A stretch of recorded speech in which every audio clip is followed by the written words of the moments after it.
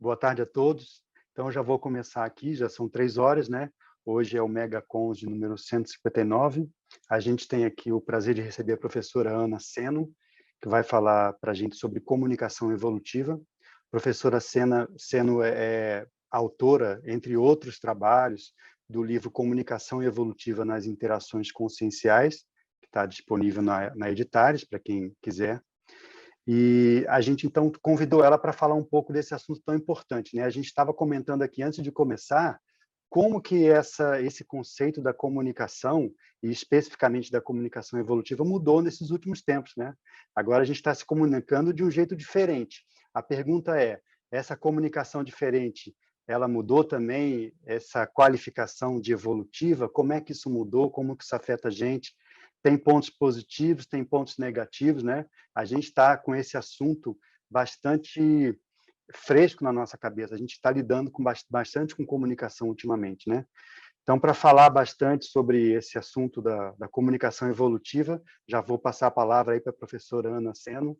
Ana, pode, então, iniciar aí a sua comunicação com a gente. Ok, Eduardo, obrigada. Então, boa tarde aí a todos. Eu agradeço bastante aí ao Eduardo e à equipe toda aqui, que é bem grande, bem bacana, do MegaCons. É um prazer estar aqui e uma satisfação poder falar sobre comunicação, que é um assunto que me toca muito. Já conheço ele e persigo ele, ou ele me persegue há muito tempo. E faz parte aí da minha autopesquisa, né? O interesse aí de estudar comunicologia. E como vocês devem ter observado pelo paper que foi enviado, é uma perspectiva que a gente vai conversar aqui bem ampla, porque a comunicação evolutiva é uma proposta que eu fiz no livro, né? Não sei se... Acho que todo mundo conhece, né, a capa do livro.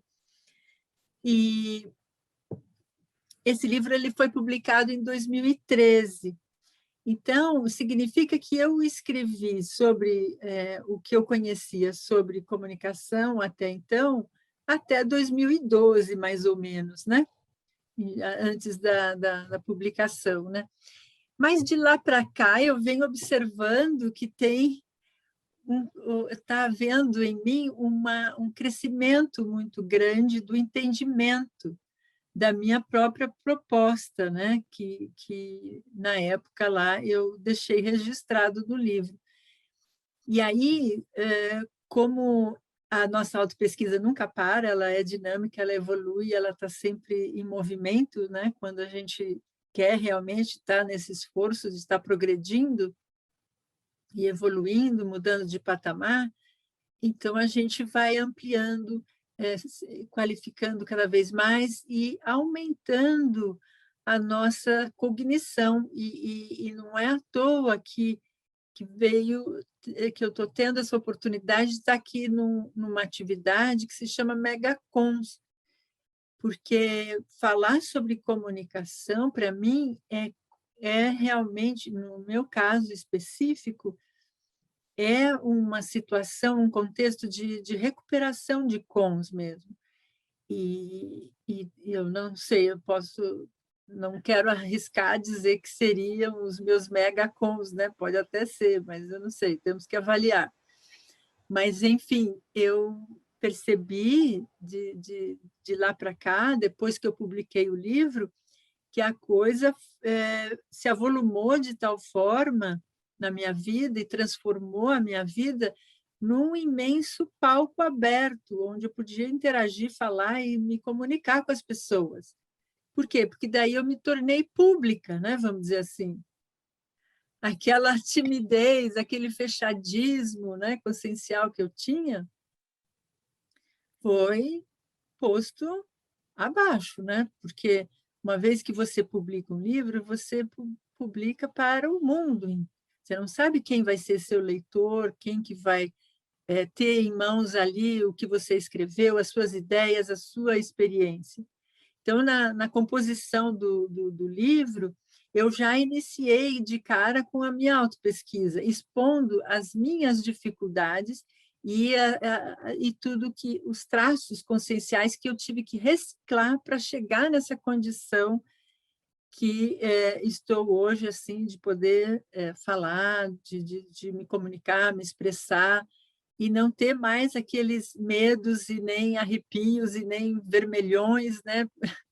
Até outro dia eu estava comentando com alguém, eu não me lembro mais, em algum grupo, que durante o meu autoenfrentamento, de eu falar, porque eu tinha medo de falar em público, durante esse autoenfrentamento, eu iniciei a minha docência dessa forma, com muito esforço para falar, porque não era natural, era muito reprimida, era muito, né, travada. E eu ficava, né, lá na frente falando, e aqui o meu pescoço e todo o meu colo aqui do rosto ficava vermelho, vermelho, vermelho, cheio de manchas. E as pessoas observavam e depois vinham me dizer: Ana, mas você estava lá na frente, olha, estava vendo você ficou ali, o seu pescoço todo vermelho. Eu falei: eu sei que existe isso, mas é o meu autoenfrentamento, eu tenho que seguir em frente, é isso aí, eu vou passar esses vexames, essas vergonhas, né, entre aspas, mas eu vou em frente. Tanto que hoje já, penso eu, que já não existe mais isso, né? Essa condição assim tão patológica, ela não tem mais, já está bem adiantado. Então, quando eu começo a estar assim, numa conversa, num debate assim, eu já de cara já dou esse exemplo, porque é possível sim reciclar isso, né? Quem tem dificuldade comunicativa, algum travão, alguma dificuldade, eu digo isso, que se um consegue, né? E outros tantos aí que eu já soube, né, que conseguiram, né? Eu não sou a única. É bem possível, sim, a gente focar com determinação, disciplina e se propor, né, a ficar na chapa quente para a gente superar isso. Então, com todas essas experiências que eu obtive e fui aí também reciclando e superando, eu cheguei a esse conceito que vocês veem aí no paper da comunicação evolutiva. Então, eu vou recuperar essa definição só para a gente se situar e ter o ponto de partida, né, da nossa conversa. Então, o que é que eu entendo por comunicação evolutiva? É a capacidade madura de autoexpressão verbal, não verbal, escrita, energética e parapsíquica, realizada pela consciência lúcida da autoevolução, buscando interassistência eficaz nas interlocuções multidimensionais e visando prioritariamente a tarefa do esclarecimento. Então, aqui a gente já vê de cara palavras que são essenciais aqui para mim. Essa questão da consciência lúcida da autoevolução. Isso é muito importante, porque em vários momentos da nossa comunicação a gente nem sempre está lúcido. Pensem numa situação em que vocês perderam a noção de vocês mesmos, o emocional tomou conta e vocês não conseguiram raciocinar. Pensem nessa situação. Não há lucidez ali. Tudo que você falar ou se manifestar vai sair torto, vai sair, né, cheio de ruídos, né, não assistencial, vai sair agressivo, enfim, vai sair de um modo torto, como a gente fala aí no popular, né?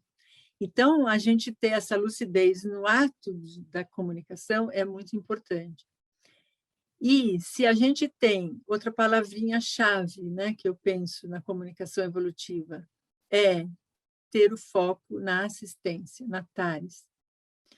Então, a assistência na tarefa do esclarecimento, essa é a prioritária. Mas é claro que antes disso pode ocorrer a TACOM, a tarefa da consolação. Dependendo do contexto, da situação que você está, é bom aí você primeiro fazer o preâmbulo do acolhimento, de você dar tratamento ali à pessoa que está demandando alguma assistência e fazer daí uma acalmia nela, né? Deixar um pouco mais assentadas as coisas, para daí você iniciar algum processo mais de reflexão, de informação, de intervenção, para ajudar a pessoa a raciocinar e providenciar alguma mudança, alguma reciclagem lá que ela tenha que fazer. Então, só que essas duas coisas, ter a lucidez e visar Antares, não é de qualquer jeito que a gente faz isso. É bom a gente ter alguma ferramenta. Então, nós temos várias ferramentas disponíveis, né, na Conscienciologia, várias técnicas, várias planilhas de você fazer métricas, né, da sua capacidade de se comunicar, de se expressar de diferentes formas. Então, eu compilei um outro conceito, que daí também está no livro, mas que foi o meu primeiro verbete na Enciclopédia da Conscienciologia, que se chama Saberes Comunicativos. Então, nesses saberes comunicativos, que são 6, é um conjunto de 6 saberes, esses vão ser as nossas ferramentas. E como a nossa vida não é tão simples, porque estudar a consciência nada é simples, né? Na Conscienciologia tudo é complexo, a gente cuida de tudo, né? A tudologia. Então, nós vamos usar 6 ferramentas que 4 delas, muitos de nós já temos algum conhecimento, né? Que já desde pequeno, de criança, a gente já aprendeu, que são o saber falar, que é uma das coisas que a gente uma das primeiras coisas que a gente aprende, né? Mas tem antes disso da gente aprender a falar por imitação, a gente aprendeu a ouvir, né? Porque você só imita aquilo que você ouviu. Então, na verdade, pode ser até na ordem inversa. A primeira coisa é saber ouvir, né? Olha aí, até na nossa vida o que vem em primeiro lugar. A gente nasce já só ouvindo, ainda a gente não fala. Depois é que a gente inverte, né? Aí a gente começa a falar e não ouve mais, né? Em geral. Então, essa habilidade do saber ouvir, saber falar. Depois a gente vai para a escola, saber ler, saber escrever. Essas 4 habilidades, elas são as mais comuns e elas são mais ligadas ao mundo da dimensão intrafísica. Então, são habilidades que a gente pode estar com técnicas aí também da SOCIM para estar aprimorando e qualificando essas habilidades. Aí, o que eu pensei dentro do paradigma consciencial, foi aí que eu tive a exposição, a ideia de expor a essência do nosso trabalho no paradigma consciencial, como incluir tudo que a gente aprende das múltiplas dimensões, dessa comunicação interdimensional, dessa questão energética, do parapsiquismo, tralalá, como é que a gente inclui isso? Então, aí eu propus mais 2 saberes, que são o saber traduzir e o saber pensenizar. No saber traduzir, o que é que acontece? Vale todas as formas e maneiras de você pegar uma informação e traduzir ela para palavras, para uma linguagem. Então, nós podemos pensar assim, num exemplo bem simples, um professor de geografia que vai mostrar o mapa mundi para os seus alunos, ele vai fazer a tradução daquela imagem que é o mapa mundi, né? Ele mostra os contornos, né, dos continentes, dos países, e aí ele vai, com isso, traduzindo em palavras o que é aquela imagem, ele vai explicando. Então, há todo um processo aí comunicativo, que não vem ao caso a gente ficar detalhando, mas isso é processado cerebralmente, então entra pelos olhos, processa lá dentro no cérebro, então há uma decodificação lá dentro, e depois há um processamento, e depois a gente decodifica novamente, traduzindo em palavras. E isso que eu estou descrevendo é o mesmo que se dá com as energias. Quando a gente entra em contato com outras consciências ou com as energias imanentes, existe ali informação, você capta aquilo, traz para você, você vai processar e vai traduzir isso em palavras, numa linguagem, ou na língua que você fala. Então, aí é a essência, para mim, da comunicação parapsíquica, esse saber traduzir. Tanto que a gente usa a expressão leitura energética. Você faz o acoplamento, vai ter uma leitura energética, você vai traduzir aquela informação da leitura feita, né? O resultado daquela leitura. Então, muito bem, esse é um dado. E o saber pensenizar, bom, o próprio nome diz, tem a ver com o pensene, a nossa essência, e que é o carro-chefe de tudo, no meu modo de ver, é um dos saberes mais relevantes para nós, enquanto consciências, né? E onde a gente pode focar a nossa atenção aí para a gente estar se desenvolvendo. Muito bem, então essas são as ferramentas que eu chamo isso, parece simples, mas no fim é bastante complexo, porque cada saber desse, gente, a gente teria horas de conversa, de vocês contarem para mim de técnicas para aprimorar, olha, nós teríamos aí um mundo.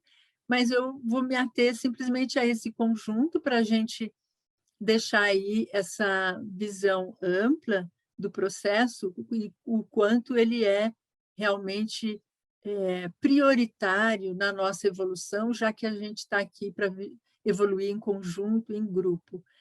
E estar em grupo, a interação ela é natural, é o que faz acontecer, que nos promove para a gente mudar e se transformar, e a comunicação é a grande liga entre todos nós, né? Sem ela, a gente não estaria podendo descobrir o que se passa dentro de cada um de nós, né? O nosso micro-universo consciencial, ele só é possível de ser acessado ou minimamente entendido quando a gente expressa isso em palavras para os outros.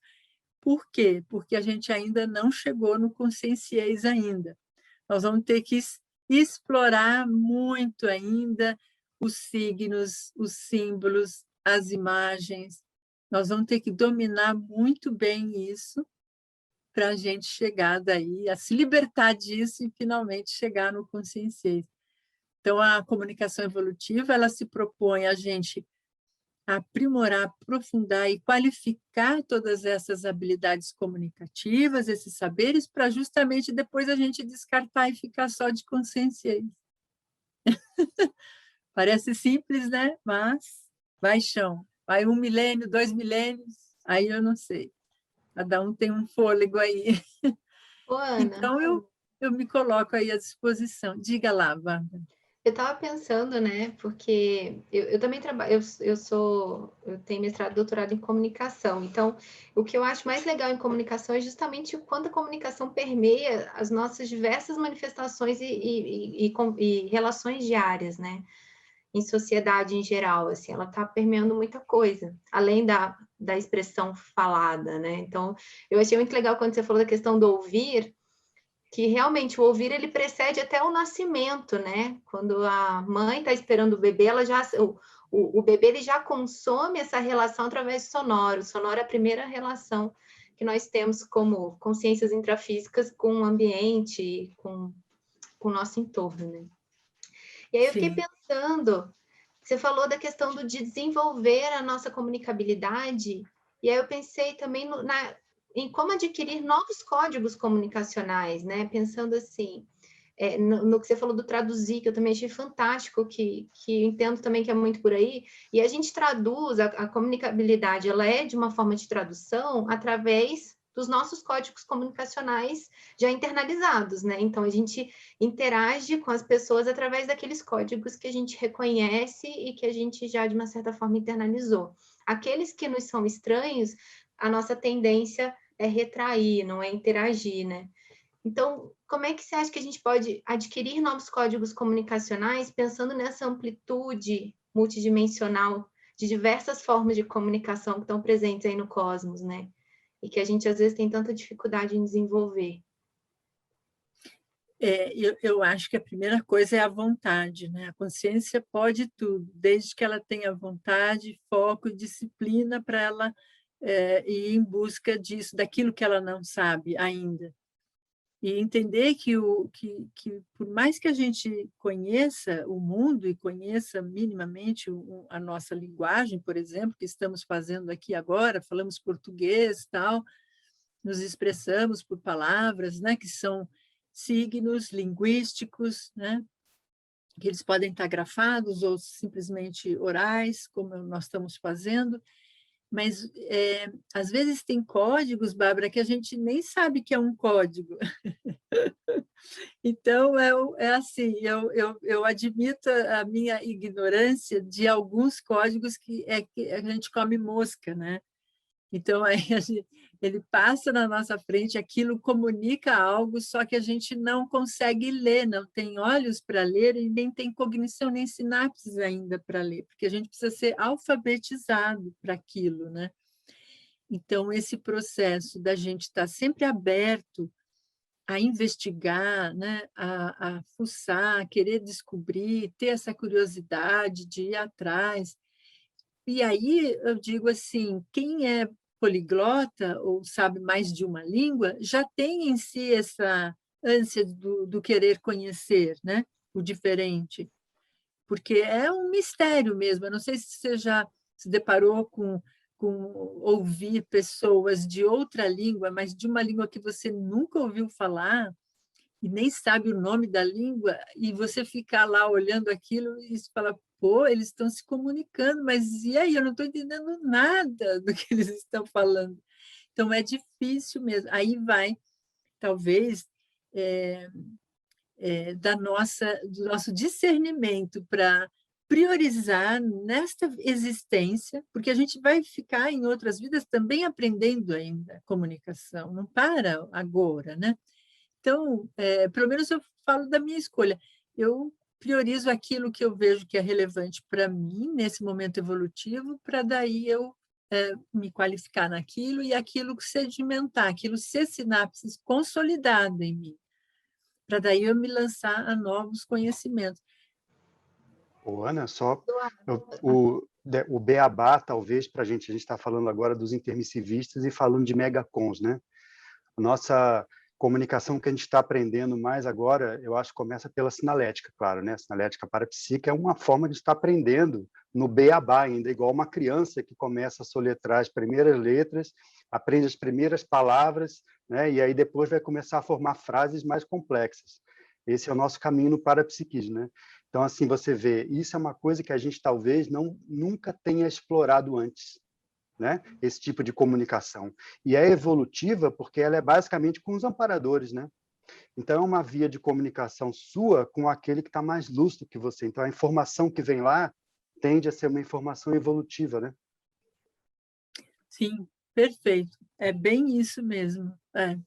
A gente dá valor a essa oportunidade de interação e estar lúcido a essa interação. Os amparadores estão ali, às vezes presencialmente, há tempos, querendo se comunicar com a gente, mas a gente é que fica bobo na história e não permite aquilo, ou não fica aberto àquilo, né? Aquele acesso àquilo, à informação. Sabe uma forma de comunicação que eu acho que, assim, a gente já debateu aqui, eu acho ela extremamente complexa e nos falta muito ainda esses códigos para a gente entender de fato como ela ocorre, a das sincronicidades, dos fluxos de sincronicidades, por exemplo. É uma forma de comunicação super desenvolvida, avançada, mas que a gente tem pouca familiaridade, né? Então, para a gente é muito difícil, às vezes, entender, fazer essa tradução, né? Essa decodificação daquilo que, de fato, como ocorreu a comunicação e a informação que ela está trazendo. Exato. Então, por isso que é o complexo. Eu gosto muito do Edgar Morin, que lançou aí o pensamento complexo. Eu leio muito ele. E gosto muito de associar a essa ideia dele, esse conceito dele, com a comunicação, porque é basicamente isso. Como que a gente vai entender e ler, fazer a leitura e compreender as informações contidas numa sincronicidade? Já pensou a gente 24 horas entendendo tudo que está acontecendo sincronicamente com a gente? Deve ser uma loucura isso, né? A gente entende pontualmente, né? Alguns minutos ali, algum fato que aconteceu isolado, e aquilo nos permite expandir mentalmente muita coisa, né? As nossas percepções, a nossa compreensão, a nossa cognição. Então, isso faz assim uma catarse, né, na gente. Às vezes, uma sincronicidade bem compreendida e bem lida, bem analisada, vai informar muita coisa sobre nós, né? E isso para a autopesquisa é fantástico, né? Agora, só a sincronicidade, Bárbara, eu acho que o problema, a nossa dificuldade é que não basta a gente identificar e interpretar, né? Tem que ter o parapsiquismo e o parapsiquismo mental somático. Senão, vira um monte de coincidências, né, em que a nossa tendência é começar a fazer junções que não faz sentido, né? Isso a gente vê, né, como é que é. Quando a gente estuda a sincronicidade de uma forma técnica, é uma coisa. Quando você estuda, como tem hoje, né, essas várias pessoas que fazem análises aí um pouco mais rasas, você vê que como é que faz falta o parapsiquismo mental somático para a gente mesmo analisar isso, né?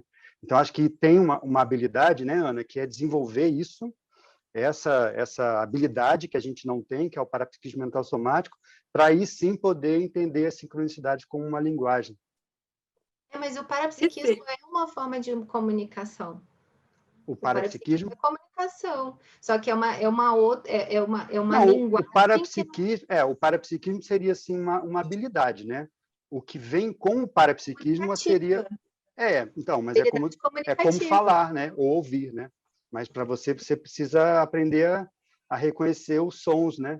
Para formar a palavra, talvez. Né? Tem um elemento aí que a gente pode trazer nessa parte aí, que é o da tridotação consciencial.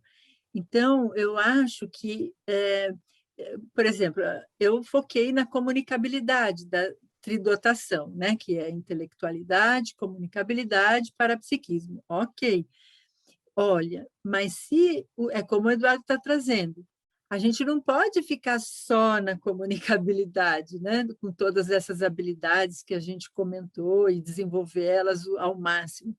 É importante a gente também, simultaneamente, desenvolver o nosso parapsiquismo, ou seja, saber dominar as energias, né? Fazer o domínio energético, ele é muito relevante nisso. Porque se você aumenta nisso, aí pensa num equalizador, se você sobe muito o nível da sua comunicabilidade, mas não sobe o da sua intelectualidade nem o do parapsiquismo, você vai ficar defasado. A tridotação ela existe para ser evoluída simultaneamente, é um grupo de né, conteúdos, né, dentro da gente, da nossa evolução, para a gente desenvolver e caminhar com todos eles. Por isso que algumas pessoas é um exemplo, vocês devem conhecer pessoas assim, elas são muito intelectuais, eruditas, mas elas não sabem se comunicar. Né? Alguém já teve algum professor assim? Ele é uma cabeça, ele entende muito desse assunto, ele é especialista, mas ele não tem didática para falar o que ele sabe. Então, aí ele está deficitário em termos aí dessa noção que a gente quer trazer da comunicação evolutiva, é levar tudo direito, tudo junto, né? Ana, a gente já tem algumas pessoas aqui inscritas para perguntarem e participarem, tá bom? Oba, então vamos. A primeira é a Bernadette. Pode falar, Bernadette? Então tá. Boa tarde a todos. Meus parabéns, Ana. Muito bom a sua colocação, está muito rico, eu gosto muito desse tema.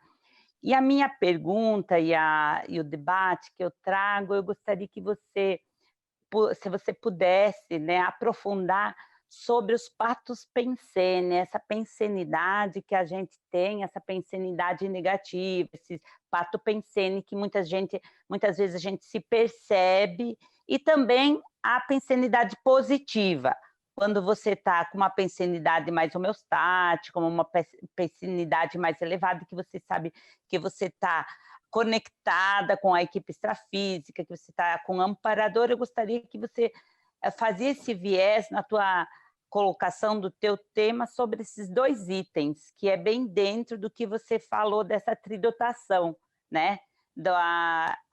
Você acabou de falar da tridotação da intelectualidade, comunicabilidade e parapsiquismo. Uhum. Então, Bernadette, obrigada aí pela pergunta, né?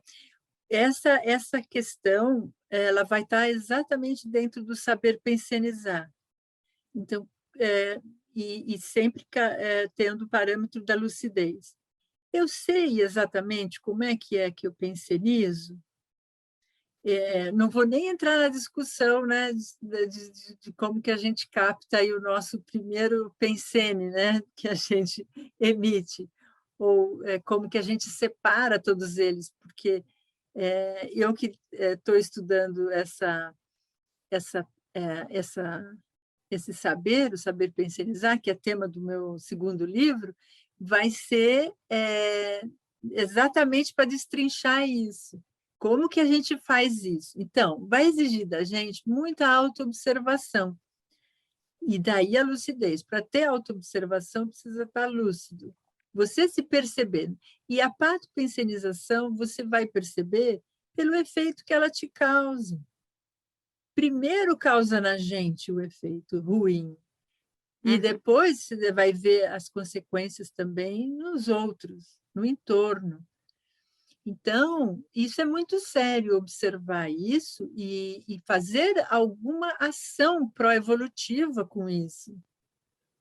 E como sair disso? Porque patopensenializar, no nosso nível evolutivo, aí eu vou falar por mim, é algo que a gente faz, às vezes, sem a gente querer, é automático, né? Porque é o modus operandi da gente, é o modus pensante, às vezes desliza para lá, e aí você tem que corrigir para a rota ali da ortopensenidade. Isso é um esforço diário, e vai exigir que você crie uma técnica para você fazer essa mudança. Está desviando, vamos voltar para o trilho da ortopensenidade. Como é que faz isso? Aí você vai criando técnicas para você fazer essas mudanças de padrão pensênico, dessa questão do conteúdo dessa patopensenização. E aí, então, vamos descer mais uma camada.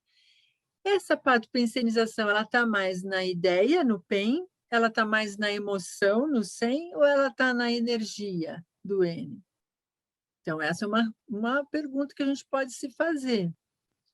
E, se você encontra ali um caminho de resposta, uma hipótese, pelo que eu observo, ela está, às vezes, conjugada a uma emoção que leva a uma distorção de ideia, né? Que leva a uma distorção cognitiva. Né? Então, fica ali deixando a gente num círculo vicioso e não num círculo virtuoso, né? de pensionizar. Então, a lucidez é importante para estar a gente corrigindo isso. O discernimento, né? Para a gente estar, o discernimento e a lucidez para a gente estar percebendo, e vem bem dentro do que o Eduardo acabou de falar sobre o parapsiquismo, né? Quando a gente começa a vivenciar essa linguagem dentro do parapsiquismo, e é bem dentro de todo esse contexto que você ampliou agora e falou, que eu vejo que muitas vezes eu tenho que cuidar a minha emoção, porque eu já percebi que muitas vezes eu acabo tendo gatilhos, né? E isso está no viés da emoção. Então, quanto mais eu trabalhar esse contexto, eu escrever para mim mesma e eu perceber que quando eu não estou racionalizando e assim a emoção pega, e eu percebo que eu entro nesse gatilho de patopensene. Isso não faz bem, primeiramente para mim, né? Porque eu sou a pessoa que eu estou fazendo isso, às vezes até comigo mesmo, num contexto, né? Então, eu vejo que, em primeiro lugar, é comigo mesmo que eu tenho que fazer essa limpeza desses pensenes. E eu vejo também na maneira da comunicação. Eu sou muito observadora, a questão do parapsiquismo é os detalhes. Os detalhes, para mim, é que me faz eu mostrar em mim, em primeiro lugar, sempre em mim, como é que eu tenho as minhas habilidades, as potencialidades desenvolvendo dentro do parapsiquismo, é como eu me comunico com as outras pessoas e também quando eu ouço a outra pessoa, quando ela se comunica comigo, as palavras que... Isso, para mim, tem uma relevância. Então, eu sou muito observadora no parapsiquismo, nesse viés da comunicabilidade, da palavra que a pessoa fala, às vezes até um gesto, a forma, né, que ela se comunica. Uhum. Sim, correto. É ótimo, Bernadette, é por aí mesmo. E com isso, você tem daí o discernimento para perceber quando o outro fala, ou a escolha da palavra, ou a escolha da energia que o outro fez na sua expressão, você pode daí aprender com isso. O que ficou, se você gostou, se aquilo é bom, positivo, você vai copiar, né?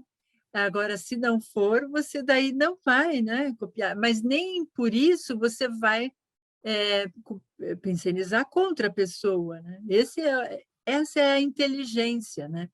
A gente, nesse sentido, é bom a gente desenvolver a refratariedade, né? Aquilo vem, não nos atinge e refrata, né? E não fica, né? Então, não fica no sentido assim de você não se contaminar com aquilo, né? Com aquela energia, com aquele pensene dito, né? Com aquilo que foi falado, expresso para você. Então, isso é também um viés dentro dessas... Isso ocorre muito nas interlocuções. Quando que uma interlocução ela é um diálogo, de fato? Quando os dois interlocutores estão empenhados em, de fato, um ajudar o outro a clarear o que está sendo falado, o assunto que está sendo tratado. Porque Então, enquanto um só está assim, falando, e aí o outro... Desculpa, pode falar. E eu vejo... Pode complementar a sua ideia, depois eu coloco a minha. Pode complementar. Tá bom.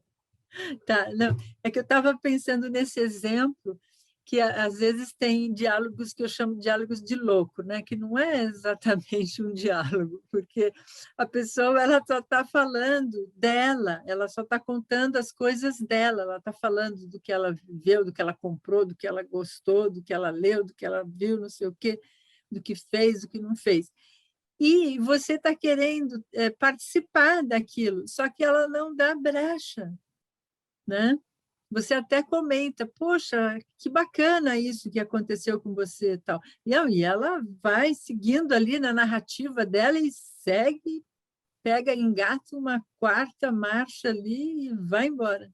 Então, isso daí não é o que eu chamo de um diálogo construtivo e pró-evolutivo. Porque as duas consciências não estão, de fato, interagindo, não estão fazendo troca, de fato. Uma dando uma informação para a outra e a outra, né, retribuindo com outra informação, havendo a interfusão, isso. E a interfusão energética ela é natural, ela ocorre logo de primeira. Estar lúcido a essa interfusão energética, estar lúcido a essa interfusão pensênica, ideativa, do que é que está sendo dito ali.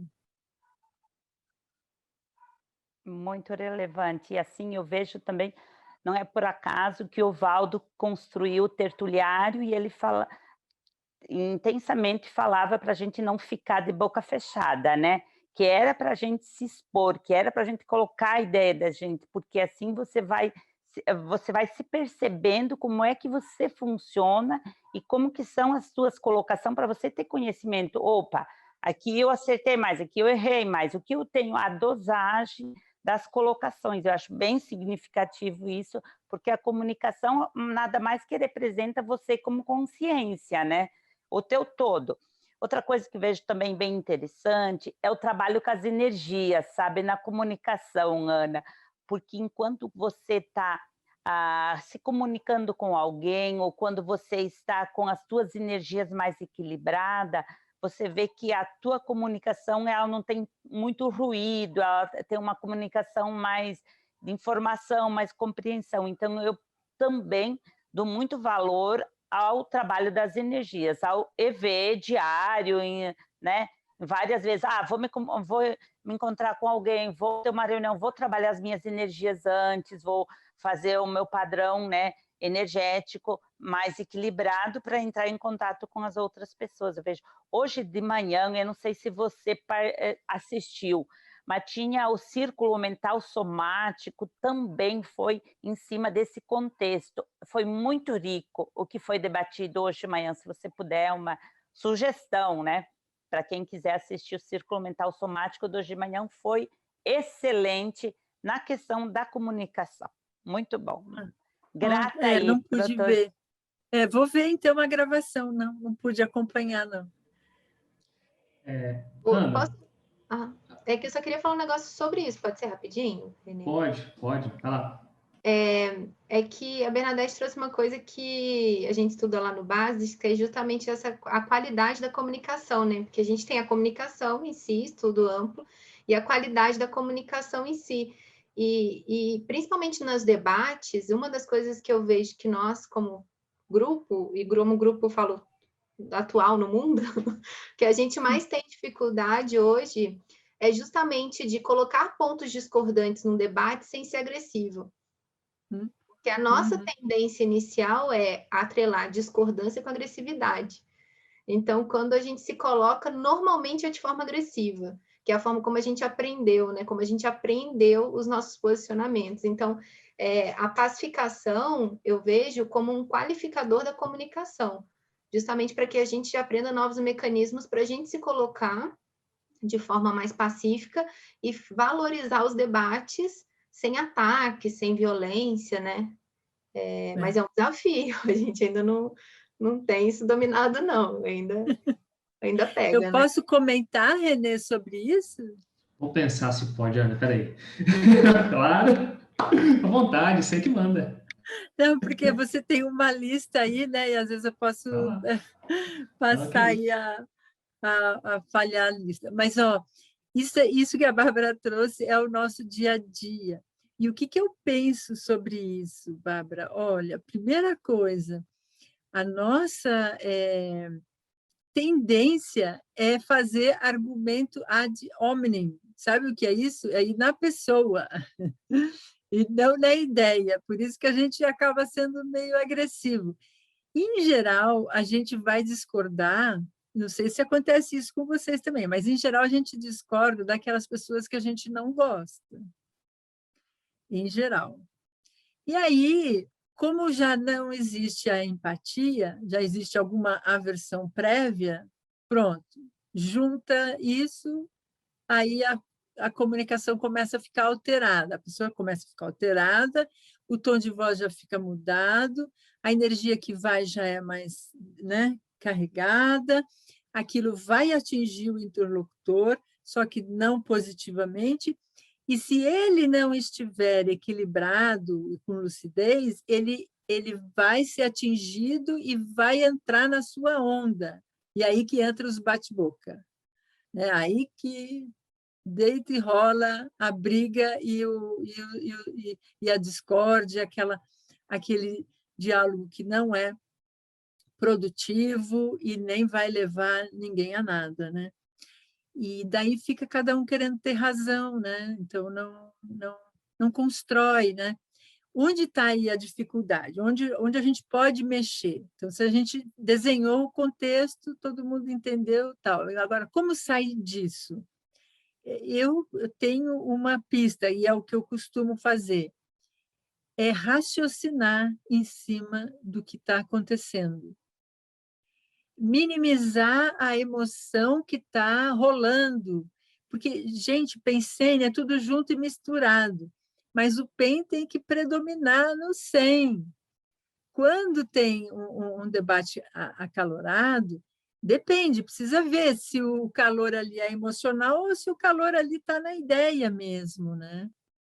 Porque aí as ideias podem também ter choques, né, serem contrárias, controversas, isso é natural.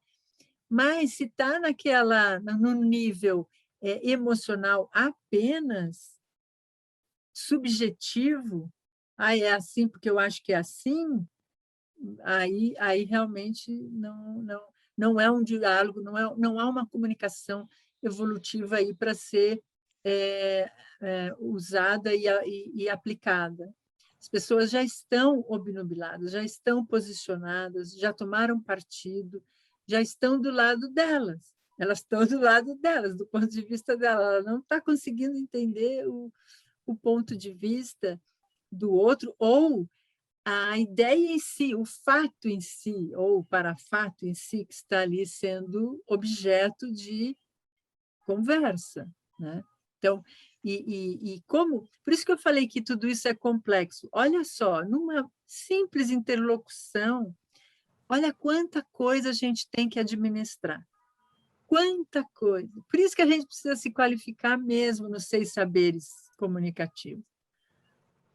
E, Ana, aprimorar cada um, porque você vai juntar tudo ali na hora e é um segundo que são todos, por isso que é complexo, são todos que você movimenta num único ato. Né? A voz vai ter que estar tranquila, a ideia, né, correta, né, o seu gestual acompanhando aquilo para ser pacífico e assistencial, e por aí vai. Mas diga, Bárbara. É que o que me chamou a atenção, né, nisso que você falou foi quando você falou assim, a gente normalmente discorda de quem a gente não gosta. E é muito real isso. E não só porque... E eu acho que isso também é muito prejudicial nas nossas relações de afeto também. Porque a gente acaba não discutindo com as pessoas que a gente gosta e perde oportunidades de debates riquíssimos, porque a gente acha que se eu discordar daquela pessoa, eu vou estar criando uma inimizade com alguém que eu gosto. Então, a gente já atrela a discordância de algo essencialmente negativo, ou seja, se eu discordar, eu estarei, de uma certa forma, atacando aquela pessoa ou estarei desagradando aquela pessoa. E a gente perde oportunidades também de debater com quem a gente gosta, de discordar dos posicionamentos de quem a gente gosta, né?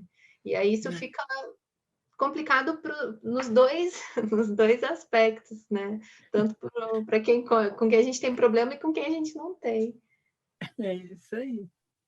Posso só trazer um item para complementar o que vocês estão falando, da questão dos paradebatedores também. Acho que nesse item é importante, né, Ana, quando está ocorrendo ali, analisar o público que está junto ao extrafísico, né, porque também eles influenciam muito no debate, no andamento de como que vai caminhando, né, as ideias. Perfeito, perfeito. Daí o parapsiquismo, da gente para perceber quem são as consciências que estão ali também, né, atuando naqueles dois, né, ou mais pessoas que estejam ali conversando, as consciências que estão conversando. Isso é bem relevante, é isso mesmo, Rosângela. E então, enquanto a gente está só na dimensão intrafísica, já é complexo a gente administrar. Agora, põe mais essa variável aí para a gente administrar, né? Administrar as consciências que estão fazendo a companhia ali no momento, né? Teve uma experiência que eu tive no laboratório com o professor Moacir, que foi muito interessante, que a gente estava tendo um debate sobre o DAC do professor Valdo, e ele comentou uma hora assim, e falou, que o nível do debate não dava para a gente aprofundar muito mais para respeitar os assistidos que estavam chegando ali, que eles não iam entender todo aquele contexto. Ele trouxe mais alguns argumentos, não sei se o Eduardo na época estava, então tem outras variáveis interessantes quando a gente pensa na multidimensionalidade também, né, no respeito do público que está assistindo as conversas, né, sem deixar de fazer o esclarecimento, né, possível ali para o grupo. Com certeza, muito bom, bem trazido. Ana, antes da gente ir para a próxima pergunta, participação, como tem o assunto é bom, né? Ninguém mandou trazer um assunto bom assim para debater, todo mundo quer participar. Queria ver se a gente podia fazer o seguinte: quando a gente se inscrever para falar no chat, a gente traz uma ideia, um bloco de ideia, debate até esgotar essa ideia, mas se a gente quiser trazer um outro ponto para o debate, que a gente coloque o nome de novo na lista, pode ser? Porque mais pessoas participam. Você acha que pode ser, Ana? O que você acha? Para mim está ótimo. Vocês é quem manda. Vamos nessa. Eu topei. Legal. Vamos nessa. Legal. Então, vamos colocando o nome na lista aí, pessoal. Então, ó, a Renata Matos, ela falou assim, ó, não poderei falar, pois estou no local ruim para comunicar. Comunicar falando, né? Tá comunicando, escrevendo, tá? Chegou uma mensagem legal aí. Ela quer que você expanda, Ana, lá na página 7 do material, a pensata de número 18. Por favor. Tá. A pensata número 18. Eu vou percorrer aqui para eu já ficar com ela. É comunicação. A comunicação é básica no cosmos. Na de Menin, a comunicação mais relevante é a escrita. Uau, essa pensata é das minhas. Assim, das minhas por quê? Porque eu adoro a escrita, né? Então, eu concordo. Agora, mas vamos entender por que o professor Valdo escreveu uma pensata assim. Agora a gente vai fazer uma análise, né, de possível entendimento do que ele quis dizer. Nós já conversamos sobre os saberes comunicativos. Tem o saber escrever. Na dimensão intrafísica, o que é mais perene e duradouro? É a fala ou é a escrita? Bom, é provável que muitos vão responder que é a escrita, porque ela permanece aí ao longo dos anos. A gente dessoma, vai para, né? Muda de dimensão, mas o que a gente escreveu fica. Ele fica fixado, materializado, consolidado. E daí a informação ser mesmo aquela pílula que fica dentro de uma cápsula de tempo permanente ali e acessível para todos, inclusive para você mesmo, quando você retornar. Então, nesse sentido, eu comentaria essa ortopensata nesse viés, nessa abordagem, que as palavras vão ao vento, mas a escrita permanece, né? Então, isso é muito relevante na comunicação. Se você quer ter um impacto maior na assistência, é bom deixar por escrito. Porque aí a Grafotares, ela é permanente. Ela vai atender a vários leitores, a vários assistidos e em diferentes épocas, né? Não só a atual, onde que o teu livro foi publicado, mas também em outras tantas épocas, porque o livro fica, a escrita fica. Então, isso é muito sério, vamos pensar mais sobre isso. A comunicação oral, ela é importante para nós, às vezes, trabalharmos questões mais energéticas, interacionais e emocionais. E, claro, um bom debate numa tertúlia mental somática, claro, também é bom, né, o oral. Mas a escrita, ela acaba abarcando tudo isso. E o valor dela é essa permanência ao longo do tempo. O que vocês acham? Queria ouvir vocês também. Será que é por aí mesmo? Eu escrevi aí, do lado aí. Ô, Cláudio, as suas mensagens estão chegando só para mim. Pode falar. Ah, é? Ah, tá.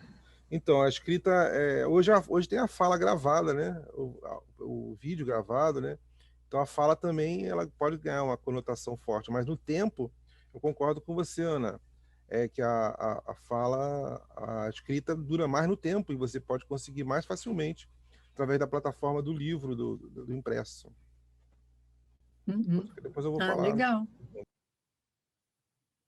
Eu acho que a escrita também, ela te proporciona a oportunidade de estruturar melhor as ideias do que a fala. A fala ela é muito automatizada, muitas vezes, né? Às vezes a gente pensa para falar, mas normalmente a gente só sai falando, né? E a escrita não, a escrita pela estrutura, pelo próprio desafio da língua, o formato que você vai escrever, né? No formato do texto, isso tudo te exige um pouco mais de atenção e você consegue estruturar melhor as ideias. E aí, pelo menos, eu acho que quando eu leio as coisas que eu escrevo, eu pareço mais inteligente do que eu sou, então parece que ajuda. Não, perfeito, é isso mesmo. E na escrita você tem a oportunidade de organizar as ideias, como você falou, e de pôr o essencial, o relevante, porque na fala a gente se corrige enquanto está falando, então tem excessos, tem coisas descartáveis, tem frases descartáveis que são inúteis, que na escrita elas não vão aparecer, elas vão ficar com o filé mignon, né? Elas vão ficar com a ideia ali pura, organizada, daí a importância da coesão textual, da coerência textual, do encadeamento lógico, né? Da estrutura ali do texto, da informação, do didatismo, né? Tudo isso aí na escrita, aí a gente mobiliza uma série de técnicas e de valores, né? Que tem dentro da grafopensenidade, né? Que é bem Eu acho, importante Ana, também. também quando você escreve ou quando algum autor escreve, você sabe que ele realmente quis dizer aquilo, né? O que você está falando, né? Então, assim, você fala durante uma palestra ou uma tertúlia, você fala um monte de coisa, besteira, né? Natural, todo mundo, né? Mas quando você escreve, é o que a Bárbara falou, você parou, pensou, e aquilo é realmente o que você queria dizer, né? E daí a importância das pensatas, do Valdo também escrever tanto pensata, porque aquilo é a síntese do conhecimento, né? Então, você botou ali realmente o ponto que importa, né? O foco do que interessa. Outra questão também é a publicação do que você escreve. Porque não teria valor algum, Ana, se você não iniciasse hoje essa sua preleção dizendo do que foi o retorno da sua escrita depois de publicado. Não foi isso que você trouxe? Então, assim, é de extrema importância. Aí que está o avanço da ciência. É quando a gente escreve e publica. Penso assim, não sei o que vocês acham.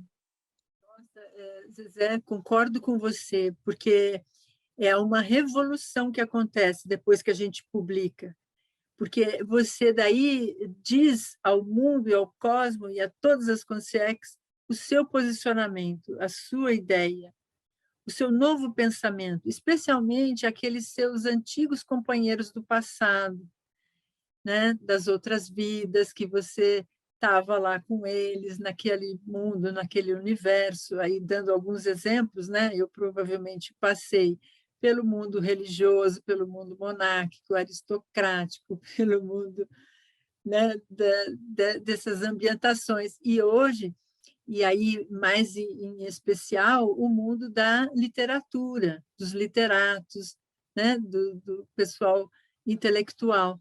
E aí eu dizer hoje coisas sobre a perspectiva do paradigma consciencial, isso provoca neles um desconforto muito grande.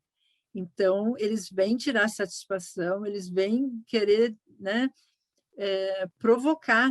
E aí a gente bancar novamente tudo o que a gente escreveu, né? Não dá para trás, entende? Então, é isso que é interessante nessa experiência. É um caminho sem volta, eu penso. Se você publica, publicou, está ali escrito. Por isso que a gente tem que ter muita lucidez e discernimento para saber o que é que vai escrever e publicar, né? E essa é uma pergunta que quem já passou aí pela experiência lá na Editares, eles fazem essa pergunta para a gente e é bom mesmo que nos faça. Ana, você se arrepende de alguma coisa que está escrita aqui no seu livro? Você acha que daqui a algum tempo você vai se arrepender de algo que você escreveu aqui? Olha aí a lucidez que a gente precisa ter para dizer sim, não, eu banco, pode levar em frente. Porque essa peneirada, esse filtro, eu fiz antes de enviar o texto para Editares, para publicar, entende? eu tinha uma série de vivências, experiências na minha autopesquisa que estavam presentes e relatadas, só que eu, nessa última leitura de repescagem, eu comecei a focar nisso. Ana, presta atenção nisso que você está contando. Isso você garante e banca 100%? Se eu respondi ou titubeava, eu não punha, eu tirei. Eu tirei alguns trechos. Eu falei, não, isso daqui eu ainda não estou muito preparada para estar publicamente falando. Então, aí a gente recolhe, deixa para um outro momento, faz mais reciclagens, aplica mais técnicas, autoenfrentamentos, etc., e amadurece, supera, e aí sim vira um outro texto futuro. E isso é usar da inteligência evolutiva, não queimar o seu próprio filme, né? A gente saber o que está fazendo, pelo menos nessa lucidez atual, né? Ana, você falou uma outra coisa da escrita que é fundamental, que é a gente não escreve sozinho. Tanto no âmbito multidimensional, pensando em todas as inspirações e tal, mas no âmbito intrafísico também, porque passa pela mão de tanta gente o teu texto, e ele sofre tanta interferência dessas diversas visões e perspectivas, que acaba sendo um trabalho em conjunto, obviamente com a predominância do seu olhar e da perspectiva que você proporcionou, mas sempre tem influência, né? Nossa, bacana. E aí dá preferência para a influência dos amparadores, que são mais, vamos dizer assim, que têm uma cosmovisão sobre nós, conhecem a gente, podem ajudar e estão com a intenção assistencial, né? Então, aí, e que associam a vontade deles ajudarem com os nossos trafores. Isso é bacana, é um casamento muito feliz, muito positivo esse. Então, mas daí é uma habilidade nossa de estabelecer essa interconexão, né, com o amparo. Aí o parapsiquismo ajuda a gente saber o momento em que a gente está escrevendo, de fato, perceber se a presença extrafísica é de amparo ou é de... Eu nem diria assédio. Na verdade, são consciências que precisam de assistência. E aí, se a gente vai se dispor a assistir, né? Então, é por aí mesmo. Muito bom. Então, a gente pode passar para o próximo? Pode falar? Cláudio, sua Então, vez. a minha pergunta aí, o Ana, tudo bem? Boa tarde. Tudo bom, Cláudio? É que você citou aí o Edgar Morin, e o Edgar Morin, ele parece que influencia muito o teu trabalho, né? Porque nesses saberes comunicativos que ele fala no livro dele. Eu queria então que você falasse um pouco, não só disso, mas da questão do paradigma da complexidade, que, a meu ver, tem muito a ver com o paradigma dessa questão da multidimensionalidade e o paradigma consciencial. Acho que a gente podia pensar até em fazer um evento, falar mais disso, do paradigma da complexidade, porque eu vejo até que dá para a gente ter um canal de comunicação com a Socimpla falando sobre isso. Porque o paradigma consciencial está muito mais relacionado a esse paradigma que ele é multicêntrico, né? Não sei, queria que você comentasse um pouco sobre isso. Obrigado. E ainda mais ainda mais no mundo atual, que a gente tem a era da informação, né? Há uma pluralidade, uma diversidade de informações e de canais comunicativos, né? Aplicativos, instrumentos, né, de comunicação, além dos nossos próprios, né, que a gente, enquanto Consim, a gente é um canal, né, de comunicação ambulante, né? Então, como aproveitar tudo isso de modo inteligente e focado na interassistência, né? Porque você, às vezes, nessa pluralidade, dependendo do perfil da pessoa, ela vai se dispersar nisso, e aí ela perde o foco, né, e tornar isso assistencial ou interassistencial, ou seja, benéfico para ela e para os outros. Isso vai exigir aí um esforço, né, mental, de raciocínio, de colocação das ideias. Agora, a própria diversidade dos conteúdos, né, que temos, os pilares que temos na Conscienciologia, já é algo bastante complexo.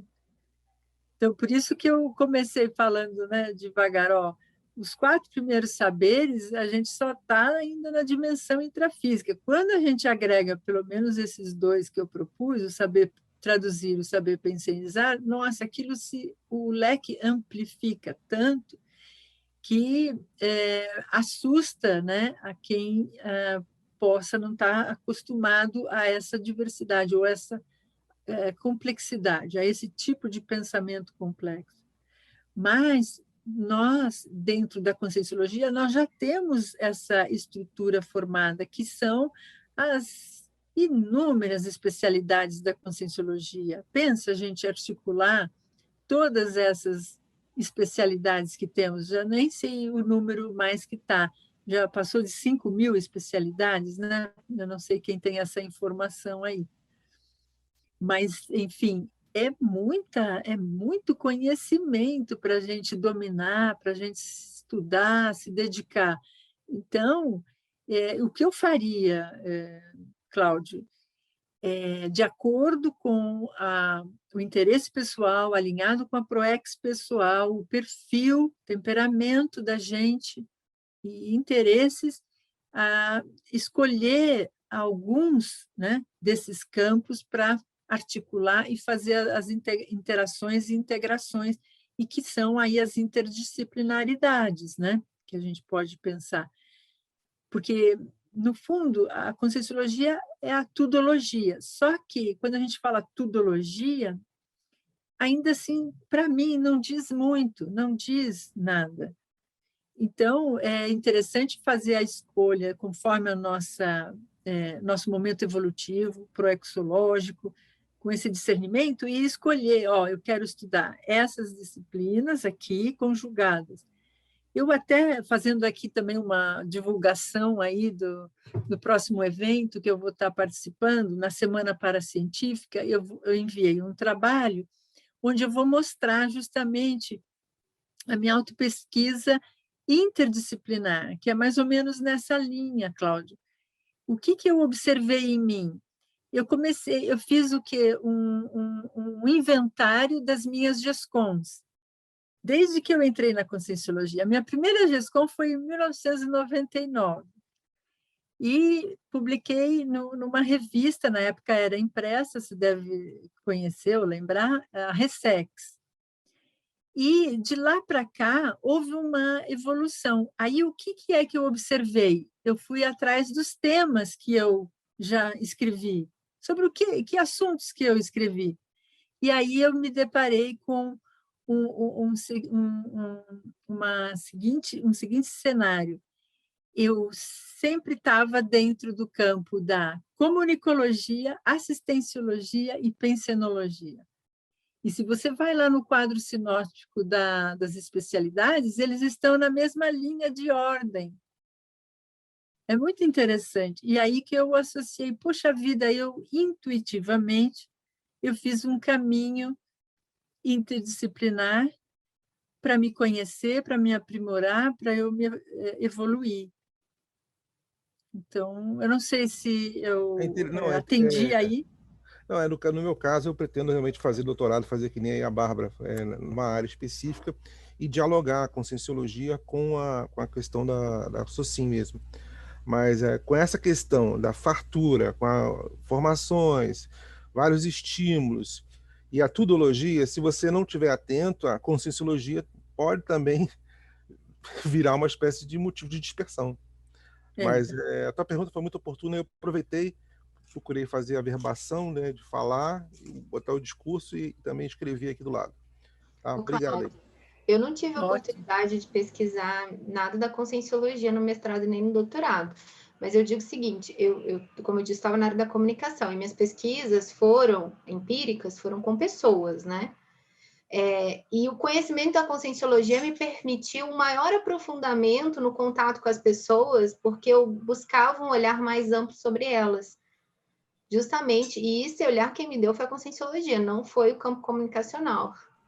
Legal. No meu caso, eu fiz a minha dissertação também sobre conscienciologia, mas a minha grande dificuldade, eu não queria perder o vínculo com o voluntariado, entendeu? Então, eu sempre, uma coisa alimentava a outra. Só que eu estou no momento agora que eu preciso realmente ter um tempo para fazer minha GESCOM, senão fica uma coisa muito confusa, né? E eu tenho dificuldade realmente de focar. Eu tenho dificuldade de focar. Eu achei assim... até porque tanta coisa que eu quero fazer. Sabe aquela pessoa que quer fazer tudo no mesmo dia? Hoje eu vou resolver tudo, hoje eu vou... Então eu tenho essa dificuldade mesmo, mas... eu, inclusive, depois aí eu vou querer ver tua tese, viu? Obrigado.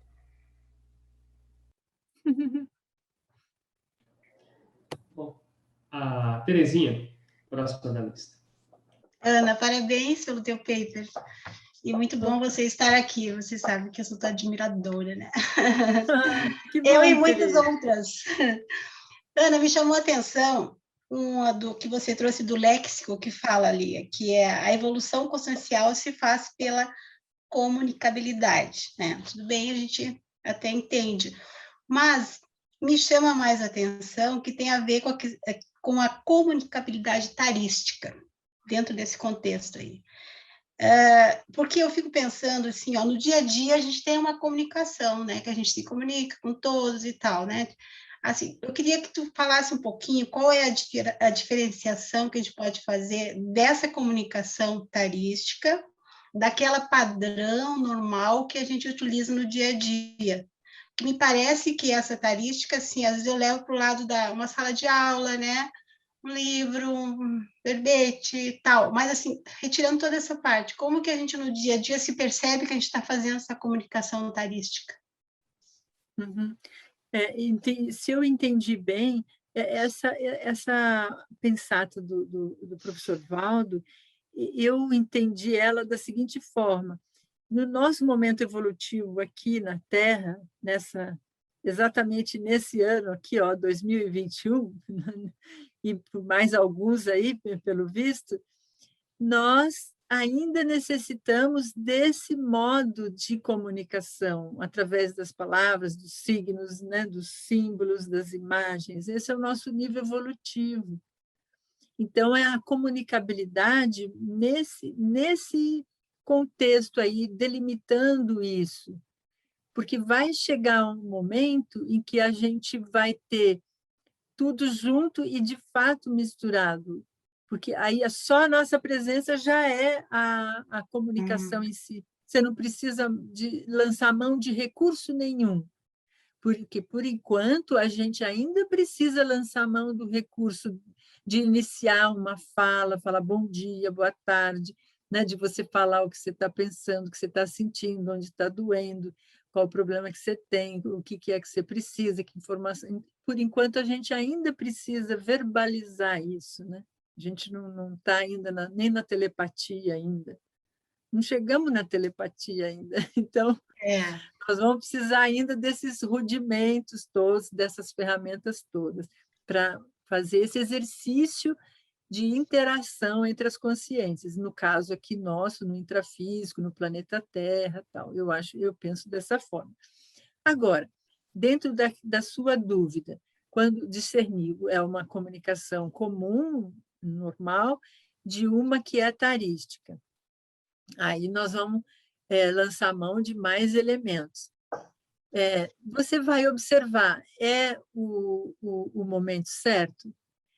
Eu posso, de fato, ajudar e contribuir com essa pessoa? O problema que ela tem, eu tenho capacidade e competência para ajudar essa pessoa?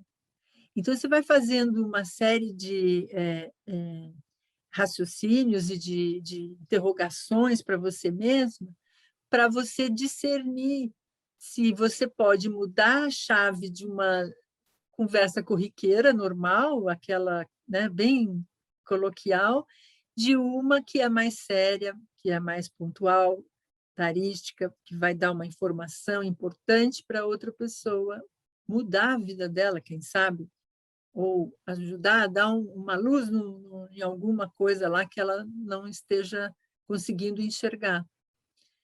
Então, isso vai envolver o seu parapsiquismo. Olha aí, por isso que é tudo junto e misturado, né?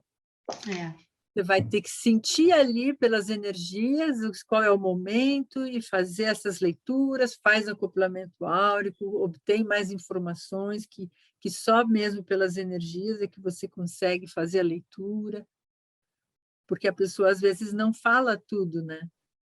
Mas a energia fala. Ô, Ana, Não é? também Oi? essa questão de que a gente só evolui pela comunicabilidade, né, que é a pensata, eu vejo também e lembro, né, que assim a própria projeciologia ela está dentro da comunicologia, se você for olhar as especialidades. Então, é a comunicação não só de troca de palavras, ou de diálogo, mas é a comunicação geral. Eu acho que o Valdo quis falar, né, do jeito que eu entendo, claro, né, posso estar errado, mas que ele quis dizer o seguinte: sozinho ninguém evolui. A gente só evolui em grupo. E não só no grupo, mas trocando com o grupo, né? E, então, assim, quando você tem contato com as outras pessoas, essa troca de informações, que é uma comunicação, né, é que faz a gente ir para frente. Então, quanto mais a gente no grupo tem esse contato e troca com os outros, mais a gente tem chance de evoluir.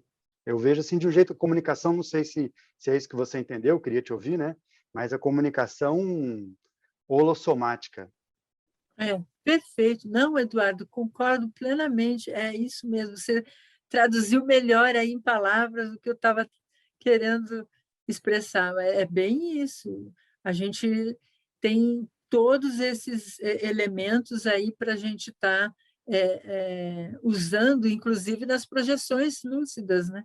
Porque tem projeções que a gente fala, tem outras que a gente faz comunicação telepática. Então, aí se perguntar na autopesquisa por quê? Aquele ambiente é o quê? É menos evoluído? As consciências que estão lá, elas estão em que nível evolutivo, né?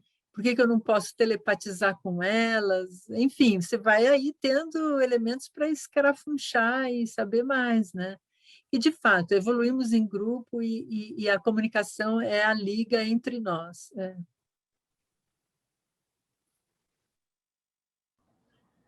Diga, Ercílio, é sobre esse tema? É sobre esse assunto aí que eu queria falar um pouquinho. Vamos Queria lá. também ver a opinião de Ana, que é especialista aí no processo da comunicação evolutiva. Eu vejo o seguinte, Ana, é que dentro do processo da comunicação evolutiva, o que é essencial no nosso nível atual é o processo da interassistencialidade, né? A gente tanto está aprendendo como a gente ensina e aprende ao mesmo tempo, né? A gente está fazendo uma troca ali constantemente, né? E aí dentro desse processo da comunicação entra aí a convivialidade, que eu acho que é onde a gente começa a expandir todo esse processo, né? Eu estou falando da convivialidade não só intrafísica, né? Também multidimensional, com os operadores. E como a gente está trabalhando com o processo interassistencial, é fundamental que essa comunicação ela seja dada através da gente, né? Então, para eu fazer assistência, eu preciso me comunicar, às vezes com o meu amparador, com o amparador da pessoa assistida, né? O amparador de função daquele momento. Então, às vezes, aí eu preciso estar aberto para fazer essa conexão maior, né? E uma coisa que nós ainda temos muita dificuldade de conviver com o contraditório, né? Com aquilo que é contra aquilo que a gente pensa, que a gente faz, né? A nossa situação de querer controlar tudo, de querer aí, né? A gente fica muito ansioso dentro do processo. E eu vejo que, nesse nível evolutivo nosso, é muito importante a gente dar essa atenção ao processo da interassistencialidade, né? Daquele momento onde você vai ficar atento a tudo que acontece dentro de você primeiro, né? E, a partir daí, você começa a fazer uma análise mais profunda a respeito da sua comunicação. Eu não sei o que é que você acha aí a respeito desse processo, dessa comunicação, ter uma relação mais direta com a interassistencialidade. É isso mesmo que você pensa, está mais ou menos certo? Vê o que é que você pensa a respeito disso aí. Sim, Ercílio, muito legal o que você está trazendo. E olha, o começo da autoobservação que a gente pode fazer é o resultado dessas nossas tentativas de fazer assistência ao outro. Se funciona, se não funciona, como é que foi? Porque quando a gente tem uma interação com alguém que a gente tem empatia e não é a situação do contraditório, fica fácil, né, fazer assistência, né? Porque aquilo tudo flui, fica tudo encaixadinho, né? Às vezes você realmente já viveu algo similar que aquela pessoa teve ou está passando, e aí você consegue, pelo seu exemplarismo, falar e aquilo ficar muito bem e ocorrer uma assistência. Agora, quando Eu tem acho a que situação diga. não, eu estou dizendo aí que eu acho que entra a condição do conhecimento e da vivência, né? Que às vezes a gente não tem. Às vezes a gente tem até o conhecimento, mas ainda não tem a vivência daquele conhecimento na prática, né? Então, sim. aí a gente tem dificuldade de... Né? E só fazendo mesmo é que a gente vai conseguir superar essa condição, né? Isso, uma coisa que eu aprendi, Hercílio, que eu falo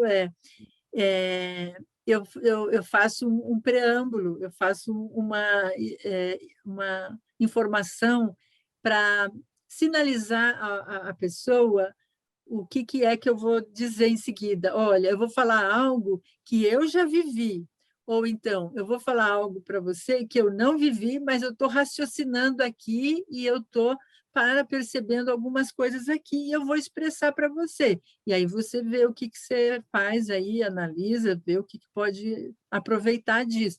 Então, se você prepara já o seu interlocutor, você já cria ali um ambiente favorável, você já meio que rompe algumas camadas da barreira da comunicação, né? Que existe entre duas pessoas que, ou pela primeira vez que se encontram, ou que elas estejam em situações, vamos dizer assim, de campos diferentes, antagônicas, né? Que estejam de pensamentos ou culturas, modos de pensar, ideologias, tudo muito diferente. Então, como é que você vai estar lidando? É aí que reside a inteligência evolutiva. Se você capta alguma abertura de querer raciocinar sobre os fatos, aí a gente entra nesse processo aí de tentar alguma assistência.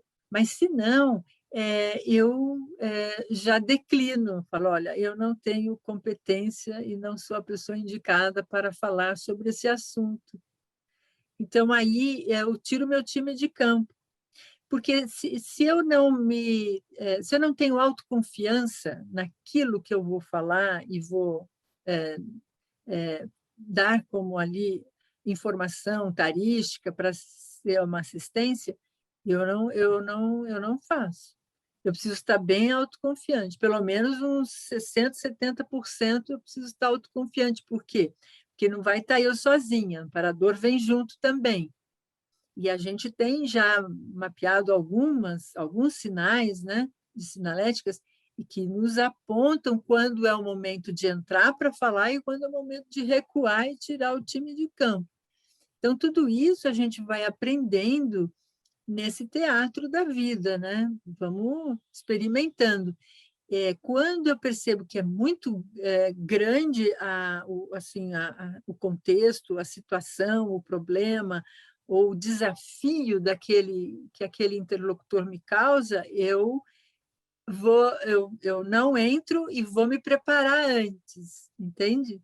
Se eu tiver que, num outro momento, encarar a pessoa, eu vou me preparar antes. Eu não entro mais de gaiato. Muito, quando eu tinha mais jovem, era ingênua, eu encarava, eu entrava e só entrava em fria, não adianta, não faz assistência, não ajuda. A gente sai machucado ou sai ruim e não aconteceu nada, nem o outro ficou bom e nem a gente ficou bem. Então, é melhor a gente ser inteligente, né, nas nossas comunicações, na nossa ação tarística, né? Ter esse discernimento. Não sei se eu te ajudei, era mais ou menos isso? É mais ou menos isso mesmo. Eu acho que esse movimento é que vai fazendo com que a gente né, consiga ir se qualificando dentro do processo interassistencial, né? Esse movimento. Aí, às vezes, a gente não sabe o que vai fazer, mas aí existe o amparo, existe o contexto que a gente pode... E aí, às vezes, a gente tem que recuar, porque às vezes a gente não tem gabarito para tal mesmo, né? Então, mas dentro daquilo que a gente já pode fazer, né, eu acho que é importante a gente começar a enfrentar a nossa realidade de uma forma mais em frente mesmo, mais prática.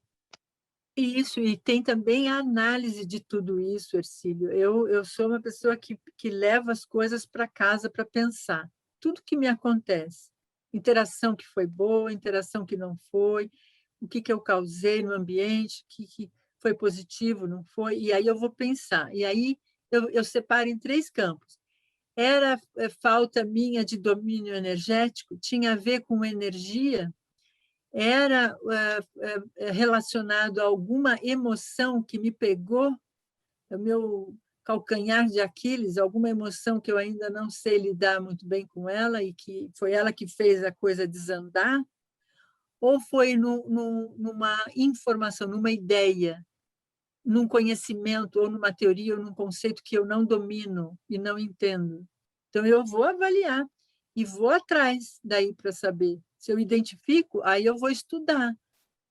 Aí eu vou ler um livro, eu vou pesquisar, que daí eu preciso me qualificar. Eu acho que os nossos resultados são muito explicativos, né, para a gente poder pesquisar e analisar, né, através desses resultados, tanto positivo quanto negativo, a gente pode aprender com eles, né? Eu acho que quando a gente começa a analisar, investigar, a gente vai chegar a uma conclusão diferente daquela que a gente já tinha naquele momento, né? E o mais importante é a gente não repetir o mesmo erro. Tudo bem, você repete 2 vezes porque deslizou de novo ali e tal, né? Foi meio no automático, não deu. Mas o terceiro erro, terceira vez, aí já começa a acender as luzes de alerta. Alerta, você está ou não está lúcida, querendo reciclar, querendo evoluir, né? Eu me pergunto, né? Vamos lá então, Sandra? Pode falar. Ei, Ana.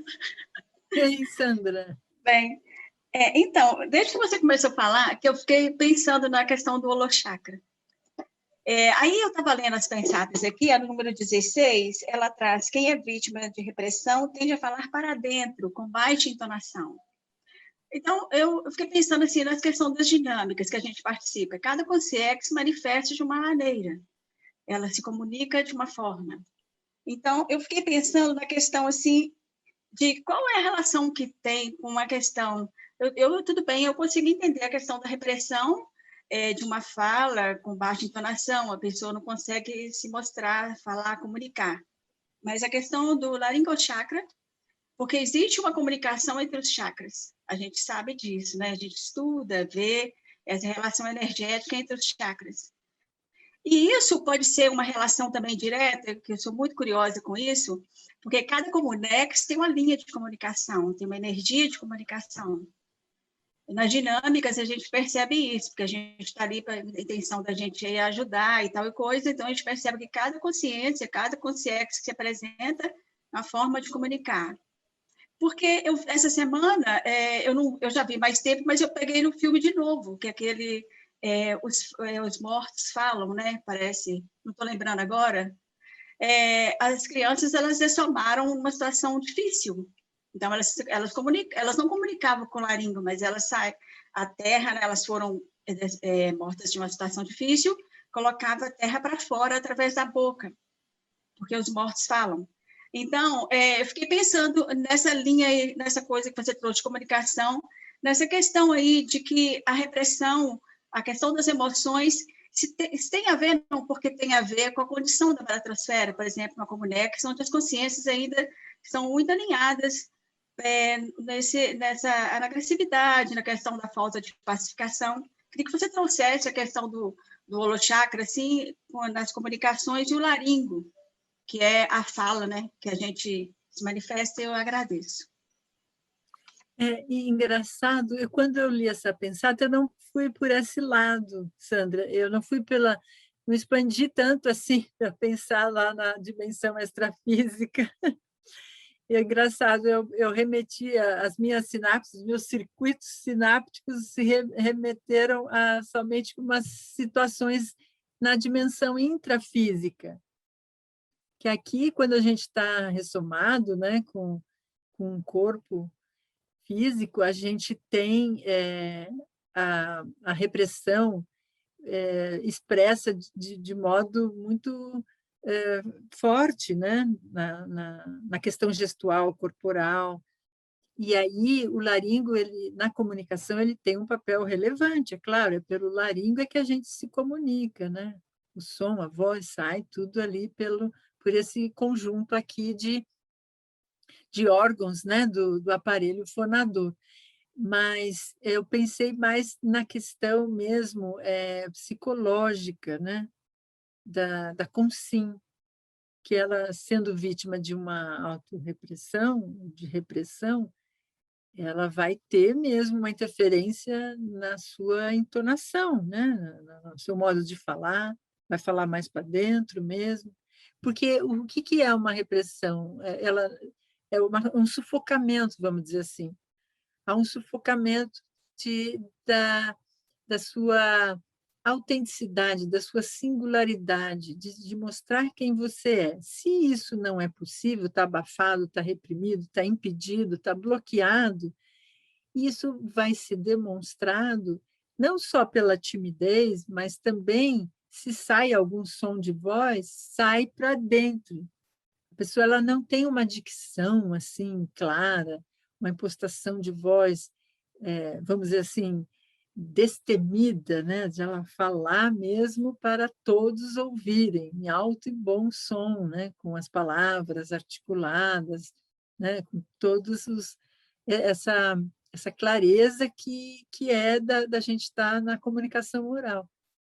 Quando há uma repressão, há uma supressão dessas qualidades, né, comunicativas. Então, daí que eu acho que ele pensou e falou que fala para dentro, né? Agora, quando eu pensei, eu li, assim, de brincadeira, eu associei, Sandra, aí você me perdoe, porque você é mineira, né? Mas os mineiros falam para dentro, não falam? Como que é isso? Olha lá, o Renê está Eu acho que não. Eu acho ali, que a gente já falou sobre isso. O mineiro é um treino para o consciência. Você vai diminuindo cada vez mais as palavras até não usar mais nenhuma. Vai juntando, eu acho que é mais por aí. Ele só vai economizando palavra, só vai comendo e até ficar assim.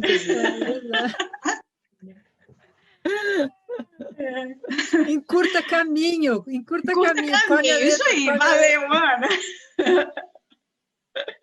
Encurta caminho. Aí, o John colocou aqui no chat uma expressão universal que resume todas as ideias contidas no cosmos. Uai. Uai. É tudo. Não, ele esqueceu do trem. Ele esqueceu do trem. O trem é maior um pouquinho. Nós vamos estudar a comunicação oral dos mineiros. Isso. E aí a nossa tese vai ser: fala ou não fala para dentro? Como que é? A gente brincou que a gente vai fazer um megacon sobre mineirês, para ver se... mineirês. Uai, estou dentro. Vocês sabem que tem o conscienciês, tem uma outra ideia que o professor Valdo depois, que é o serenês, tem até pensata no léxico, né? E depois disso tem o mineirês, mas é um crescendo, né? É tipo já nível de consciência livre, né? Isso. Eu nem sei se tem mais mineiros aqui, me perdoem. Eu adoro Minas, adoro os mineiros, hein? Por favor. Tenho muitos amigos mineiros. Ana, dentro disso que você estava falando... Gosta mesmo do pão de queijo. Principalmente do pão de queijo. Doce de leite, pão de queijo, queijo mineiro. Torresminho, biscoitos. Mas o que você estava falando antes, que eu acho mais interessante, sempre quando a gente fala em comunicação, é que a gente já compreende, quando a gente fala em comunicação, num processo de interlocutores, né? Não é um processo único isolado. Então, a princípio, obviamente, a gente sabe que a gente pode até depois analisar e verificar talvez até que nível isso poderia ocorrer. Mas, a princípio, a comunicação não ocorre no âmbito só individual, né? Você com você mesmo, você está sempre considerando o interlocutor. Então, sempre se você está considerando o interlocutor, até que ponto a sua comunicação ela é compreensível para o interlocutor, porque senão há uma falha comunicacional. Você está comunicando algo que não está sendo compreendido ou não está chegando ao outro. E aí a entonação, ela conta muito, né? Porque é que nem assistir aula, por exemplo. Às vezes o professor ele tem uma entonação muito... Daqui a pouco a gente vai dançar com barulhinho. Mas, assim, tem uma entonação muito... monótona. Não é bem monótona, mas, enfim, não estou me lembrando um termo melhor para isso. Monotônica, né? Monotônica, só tem um tom, né? E aí isso fica mais difícil da apreensão do conhecimento. Então, a questão da sonoridade ela é muito importante no ato comunicacional, né? Até porque remete àquilo que a gente falou lá no começo do preceder o nascimento. Foi a nossa primeira forma de comunicação, ela é sonora. Então, os sons, é uma característica importante da comunicação, constituinte da comunicação. Sim, sim, perfeito. Aí você me fez lembrar uma passagem, eu estava num grupo conversando, acho que era uma reunião, e tinha uma pessoa que tinha um volume de voz muito forte, muito intenso. A pessoa tinha um bom laringochakra, potente mesmo, sabe? E aí sobrepunha a voz, o tom da voz, o timbre também, a intensidade, esse volume de voz sobrepunha e alguns não conseguiam falar normalmente. Então, aí eu observando aquilo, assim, eu vou brincar aqui com essa situação. E aí virei para essa pessoa que tinha esse laringochakra potente e perguntei assim, escuta, você sabe cochichar? Gente, aquilo foi uma risada só, né? Porque aí todo mundo percebeu, né, onde eu queria chegar, né? O cara está falando naquele volume, então acho que ele não sabe falar mais baixo, ele não sabe falar e nem cochichar, né? Porque como é que vai cochichar no ouvido naquele volume de voz, né? Então, de repente, às vezes, em umas brincadeiras assim, você acaba fazendo uma intervenção na pessoa para ver se ela se percebe como que ela está falando, né? Como que é o resultado da performance dela, né? Enquanto falante, oradora ali, né? No momento dele de fala. Então, é relevante, sim. Mas lá no comecinho, Bárbara, você falou algo que a interlocução é entre duas pessoas. Mas existe um negócio que se chama solilóquio, que você faz um diálogo com você mesmo. Então, essa é uma interlocução importante também, porque muitas das vezes a qualidade desse solilóquio, aí voltando lá na primeira pergunta da Bernadette, a respeito da patopensenização, a essência desse autodiálogo ou autocomunicação, ela tem um viés negativo de pensar mal de si, né?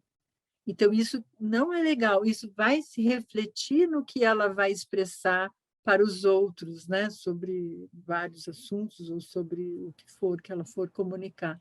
Então, ela entender, observar, ter uma autoanálise, autocrítica, autodiscernimento de como ela produz essa conversa com ela mesma, isso é muito relevante. E anotar, né? Os meus pensenes que eu tenho comigo mesma, como é que é o nível de conversa comigo mesma? Eu estou sempre me recriminando? Eu estou sempre me culpando ou culpabilizando a mim mesma? Eu estou sempre me vitimizando? E isso são pistas boas na nossa autopesquisa e que, provavelmente, se a gente faz isso com a gente faz isso com os outros. Bom. Então, Neide, vamos lá? Olá, Ana.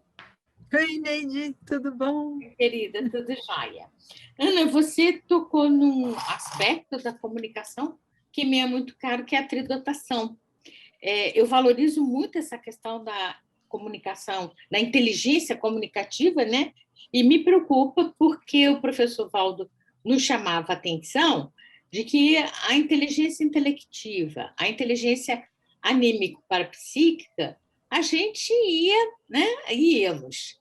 E que a inteligência comunicativa nós ainda estávamos, vamos dizer assim, muito primários, né? E que seria até a última habilidade nessa tridotação que a gente iria adquirir. E eu fico um pouco preocupada, porque atualmente nós temos, principalmente agora com essa questão de pandemia, né? Nós temos muita facilidade de nos comunicar, eu vou dizer de uma forma aparente, através das mídias, né? E assim, por exemplo, tem uma live e tem um chat. E eu vejo eu não sei como classificar, mas às vezes a comunicação fica extremamente difícil, porque aqueles dois saberes, né, que é o saber ouvir, saber ler, né, ficam comprometidos pela forma como aquilo está escrito. Sem pontuação, com muita abreviação, misturando, e às vezes você tem que fazer um esforço para entender, colocar cada frase no seu respectivo lugar, e eu fico um pouco preocupada, principalmente conosco, não querendo que nós constituamos um grupo à parte, de próceres, né, os conscienciólogos, não. Mas já que a gente tem esse conhecimento, que a inteligência comunicativa é importante, eu fico preocupada com essa banalização da comunicação que a gente tem feito atualmente. E aí, ao mesmo tempo, eu faço o solilóquio, né? Me perguntando, você não está sendo muito severa? Ou vamos caminhar para o mineirês, né? Então, se vamos caminhar para o mineirês, essa abreviatura, essa não usar pontuação, substituir o CA pela letra K, e por aí vai. Isso faz parte do processo evolutivo. O que você me diz a respeito? E, assim, além das tuas ponderações, você teria alguma coisa para nos dizer, enquanto conscienciólogos, para a gente, sabe, melhorar, aperfeiçoar, incrementar essa nossa inteligência comunicativa, principalmente utilizando as mídias sociais? Boa pergunta, né? Porque bem atual, né? O nosso momento é esse. Muitas mídias, muitas formas de se comunicar. Agora, uma coisa é a língua, é a forma de você, por exemplo, usar a língua, né, escrita, com essas abreviações, né, encurtando, fazendo simplificações. Isso ocorre, acho que, na evolução de qualquer língua, porque os usuários, que somos nós, né, os falantes, é que vamos aí dando o encaminhamento aí de como a língua vai evoluir. Então, eu vejo que isso vai ter sempre um público que vai querer se expressar dessa forma, vai depender aí do contexto, não é em todos os contextos que eu acho que isso vai acontecer. Por exemplo, sempre vai haver a escrita de algum ofício, de uma constituição, de leis, que você daí não pode estar, não pode maneira de dizer, né? Não vai estar escrito dessa forma, né? Então, vai conviver essas formas aí de escrita, grafada, né, da língua, eu acho que vai conviver e é uma coisa que dá para a gente aprender. É como aprender o mineirês, aprender outras variantes, né? Eu acho que são possibilidades e que vão existir e é bom a gente estar aberto a ver isso com outros olhos. E se somos pesquisadores, cientistas, olhar isso com um olhar de pesquisador mesmo, né? De um linguista, né? Porque para um linguista isso é uma maravilha, é um campo aberto aí de estudo, né? Para ele examinar ainda mais a sociolinguística, que vê isso como uma maravilha, essas variantes, essas diferenças, né?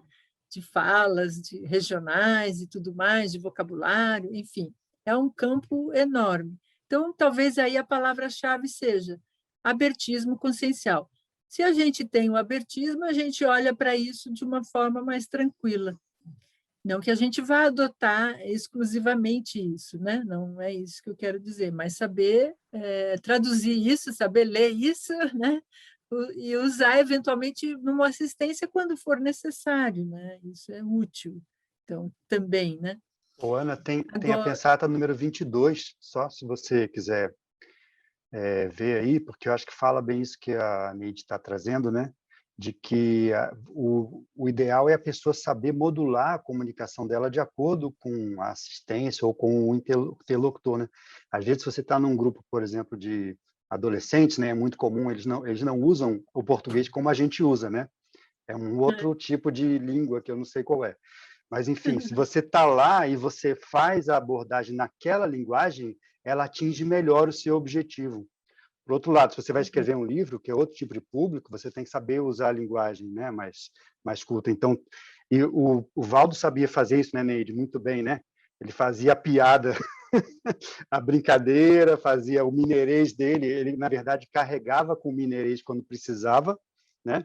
Mas também sabia falar de uma forma mais culta, ali de um nível bem elevado. Então, talvez seja isso.